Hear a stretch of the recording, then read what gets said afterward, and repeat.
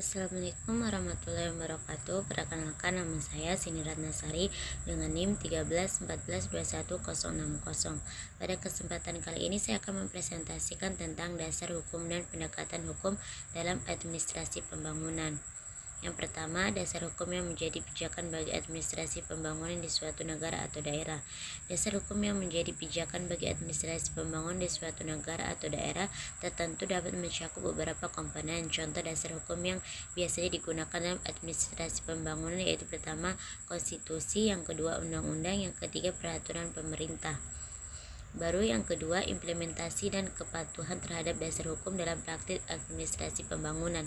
Yang dapat mempengaruhi implementasi dan kepatuhan terhadap dasar hukum dalam praktik administrasi pembangunan yaitu ada kesadaran dan pemahaman, pelatihan dan kapasitas, kebijakan dan pedoman, koordinasi dan kolaborasi, pengawasan dan pengadilan, sanksi dan dampak. Yang berikutnya, 3. Kendala atau tantangan dalam penerapan dasar hukum dalam administrasi pembangunan. Beberapa kendala atau tantangan yang dapat dihadapi dalam penerapan dasar hukum dalam administrasi pembangunan, beberapa diantaranya meliputi kompleksitas hukum, ketidakjelasan dan ambiguitas, kepastian dan pemahaman yang terbatas, pengawasan yang kurang. Yang kelima, perubahan kebijakan dan hukum. Yang keenam, kurang sumber daya. Yang ketujuh, faktor politik dan korupsi. Yang keempat, efektivitas kebijakan yang didasarkan pada dasar hukum dalam mencapai tujuan pembangunan. Kebijakan yang didasarkan pada dasar hukum yang kuat dapat memiliki efektivitas yang signifikan dan dalam mencapai tujuan pembangunan. Ada beberapa cara di mana kebijakan semacam ini dapat berkontribusi terhadap keberhasilan pembangunan. Yang pertama yaitu stabilitas dan kepastian, yang kedua pelindungan hukum, yang ketiga pengaturan dan pengendalian, yang keempat ketepatan dan konsistensi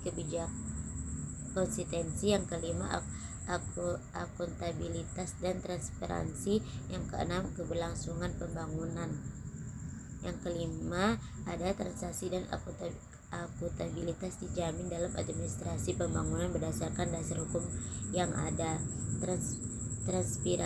Transparansi dan akuntabilitas dalam administrasi pembangunan dapat dijamin melalui berbagai mekanisme yang didukung oleh dasar hukum yang ada. Beberapa contoh mekanisme yang digunakan untuk memastikan transparansi dan akuntabilitas dalam administrasi pembangunan. Yang pertama, keterbukaan informasi publik, partisipasi publik, mekanisme pengaduan, pengawasan dan audit, pelaporan dan transparansi keuangan, pemeriksaan internal dan etika, sanksi dan pertanggungjawaban. Mungkin aja itu yang bisa saya sampaikan, kurang dan lebihnya saya mohon maaf. Saya akhiri, wabillahi taufiq wal hidayah. Wassalamualaikum warahmatullahi wabarakatuh.